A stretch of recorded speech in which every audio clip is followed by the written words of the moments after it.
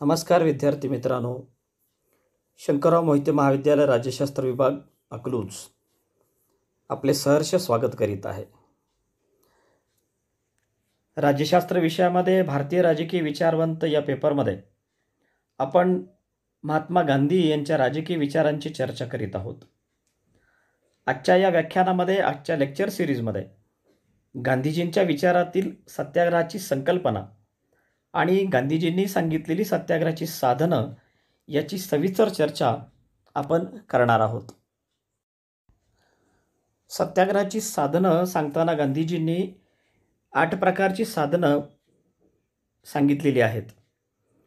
त्याच्यामध्ये असहकार, सविनय कायदेभंग, उपोषण, हरताळ, बहिष्कार, हिजरत, निरोधन आणि धरणं आंदोलन अशा 8 प्रकारच्या साधनांचा गांधीजींनी आपल्या विचारामध्ये समावेश केलेला होता.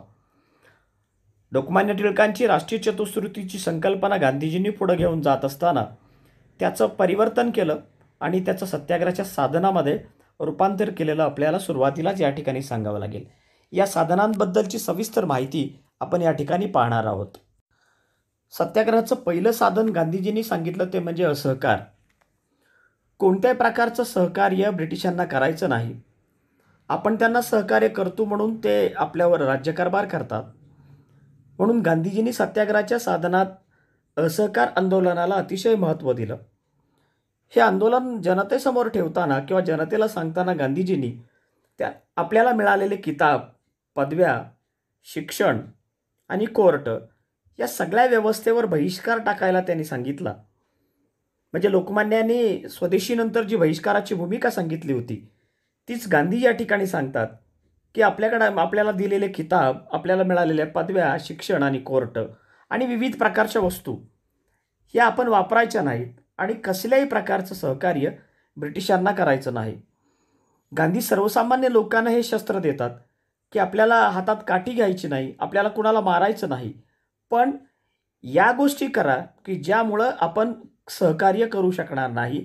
यालाच गांधीजी असहकार म्हणतात. आणि हे शस्त्र गांधीजींनी सत्याग्रहाच्या साधनामध्ये अतिशय महत्त्वाचं सांगितलेलं होतं. सत्याग्रहाचं दुसरं साधन गांधींनी सांगितलं ते म्हणजे सविनय कायदेभंग.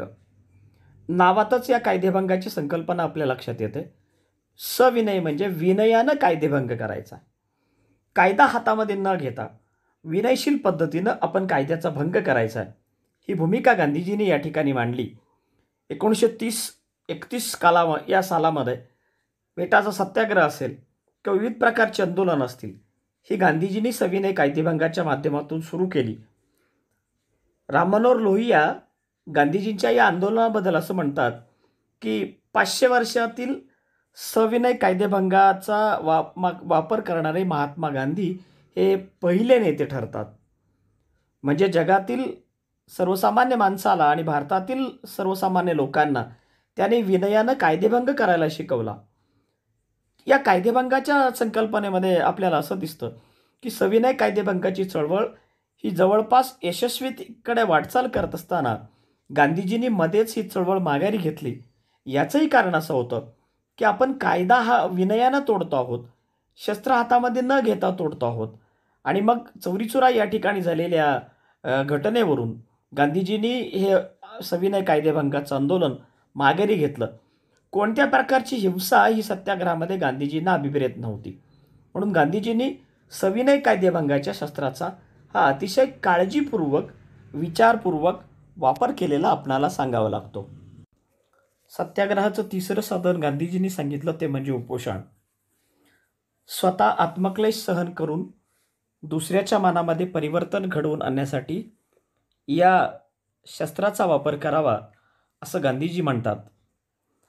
आपल्याला माहिती आहे की गांधीजींनी वेगवेगळ्या आंदोलनाच्या माध्यमातून किंवा वेगवेगळ्या प्रकारच्या भूमिका घेत असताना उपोषणाचा शस्त्राचा अतिशय प्रभावीपणे वापर केला. मग तो 1932चा पुणे करार असेल किंवा पाकिस्तानच्या आणि भारताच्या फाळणीच्या संदर्भातली भूमिका असेल, हिंदू मुस्लिम दंगलीच्या संदर्भातली भूमिका असेल, गांधीजींची उपोषणाची ऊर्जा ही या देशातल्या जनमानसिकतेला आणि या देशातल्या नेतृत्वाला झुकवणारी होती. आणि म्हणून गांधीजींनी या शस्त्राचा वापर आत्मक्लेश सहन करून दुसऱ्याच्या मनामध्ये परिवर्तन घडवून आणण्यासाठी करावा असं स्पष्ट केलेलं होतं.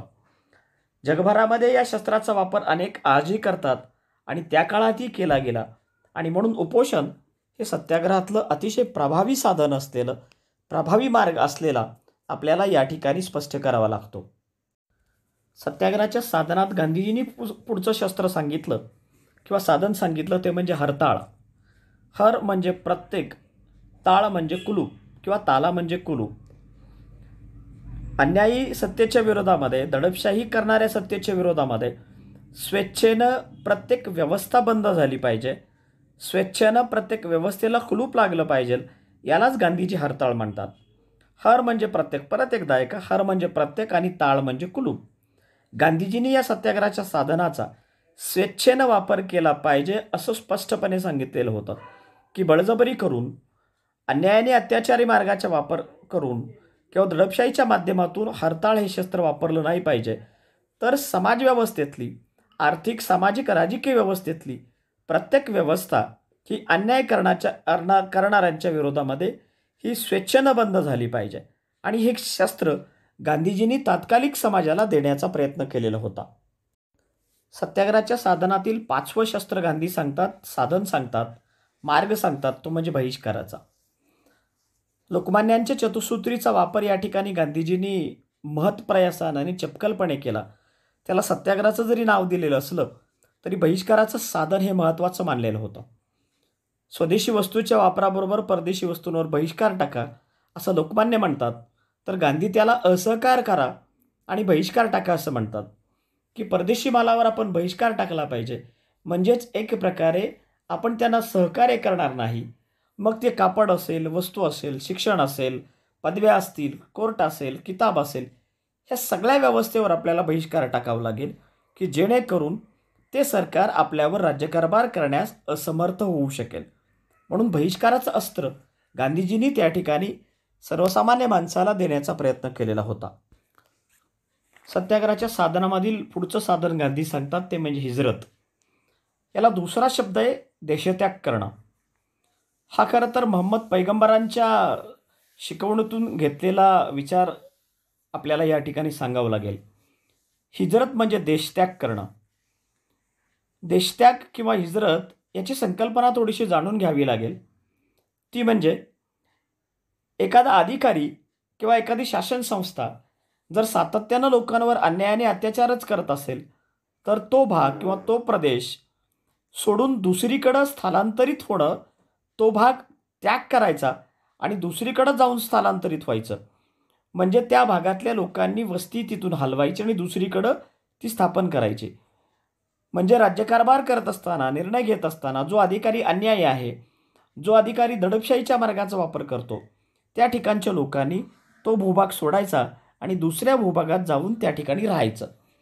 गांधी या ठिकाणी सांगतात की देशत्याग केल्यानंतर तो अधिकारी कोणावर राज्यकारभार करणार आहे? जर जनताच त्या ठिकाणी नसेल तर अन्याय करण्याची भूमिकाच तो घेणार नाही. म्हणून गांधीजींनी हिजरतचा सल्ला बारडोली, जुनागड या भागातल्या लोकांना त्या ठिकाणी दिलेला होता.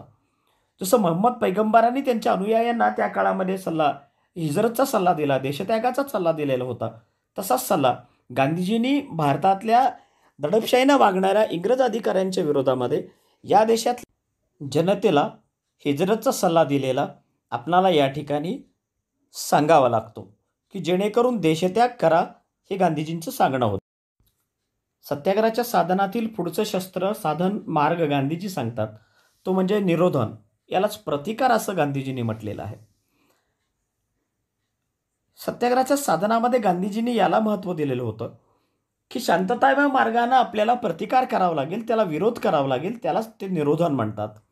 की कोणत्याही प्रकारचा अन्याय निमूटपणे सहन करणं हे सुद्धा एक प्रकारचं अन्याय असतं. त्यामुळं आपल्याला शांततेनं, अहिंसात्मक पद्धतीनं शासनाचा प्रतिकार करता आला पाहिजे, नव्हे ती भूमिका गांधीजींनी त्या ठिकाणी मांडलेली होती. गांधीजींनी दारूबंदीसाठी त्याकाळी प्रतिकाराच्या अस्त्राचा मोठ्या प्रमाणात वापर केलेला आपल्याला या ठिकाणी त्यांचं सत्याग्रहाचं साधन स्पष्ट करताना सांगावं लागतो. सत्याग्रहाच्या साधनात शेवटी गांधीजी सांगतात, ज्याला आपण 8वं साधन म्हणूया, की धरणे आंदोलन, धरणे धरणं. एखाद्याच्या विरोधामध्ये ती संस्था असेल, व्यक्ती असेल, समूह असेल, दबाव गट असेल, यांच्या विरोधात आपण धरणं धरायचं. धरणं म्हणजे जननिंदेद्वारे समोरच्या व्यक्तीला, संस्थेला, दबाव गटाला लज्जित करण्याचा प्रकार. गांधीजी म्हणतात, की मारेंगे नहीं लेकिन मानेंगे भी नहीं. हिंसेशिवाय प्रतिकाराचा मार्ग असू शकतो हे गांधीजींनी भारताला दाखवून दिलं, पण जगालाही त्यांनी दाखवून देण्याचा प्रयत्न केलेला होता, की एखाद्याची जननिंदा करायची आणि त्याद्वारे त्याला लज्जित करायचं, की जेणेकरून त्यानं केलेल्या चुकीच्या भूमिकेवर त्याला स्वतःची लज्जा वाटली पाहिजे. एकंदरीत गांधींच्या भूमिकेमध्ये सत्याग्रहाच्या साधनामध्ये धरणे आंदोलन हेही अतिशय महत्त्वाचं साधन असलेलं आपणाला या ठिकाणी सुरुवातीला स्पष्ट करावं लागेल. गांधीजींनी सत्याग्रहाची साधनं आपल्यासमोर सांगितली, पण त्याच्यामध्ये असहकार, सविनय कायदेभंग, उपोषण, हरताळ, बहिष्कार, हिजरत, निरोधन, प्रतिकार, धरणं आणि ह्या सगळ्या भूमिका गांधीजींनी मांडल्या. गांधीजी अहिंसेची भूमिका मांडताना एका ठिकाणी म्हणतात, की समोरच्या माणसाचं डोकं उडवण्यापेक्षा त्याच्या डोक्यातला विचार बदलणं महत्त्वाचं आहे. त्याचं डोकं उडवून तात्पुरतं आपल्याला काम होऊ शकेल, पण त्याचा जर डोक्यातला विचार बदलला तर तो माणूस नव्या विचारानं काम करायला सुरुवात करेल. म्हणून गांधीजींनी परिवर्तनाच्या या भूमिकेवर विश्वास ठेवला आणि त्यातूनच सत्याग्रहाची साधनं हे शस्त्र आणि अस्त्र गांधीजींनी भारतातल्या जनतेला देण्याचा प्रयत्न केलेला होता. सत्याग्रहाची साधनं ही संकल्पना आपल्यासमोर ही संकल्पना स्पष्ट केलेली आहे. गांधीजींच्या विचारातील सत्याग्रह, सत्याग्रहाची संकल्पना, सत्याग्रह व्यक्तीची पात्रता, सत्याग्रहाच्या संदर्भातल्या विविध प्रकारच्या भूमिका आणि आज सत्याग्रहाची साधनं या भूमिका आपण आजच्या व्याख्यानामध्ये स्पष्ट केलेल्या आहेत. जय हिंद.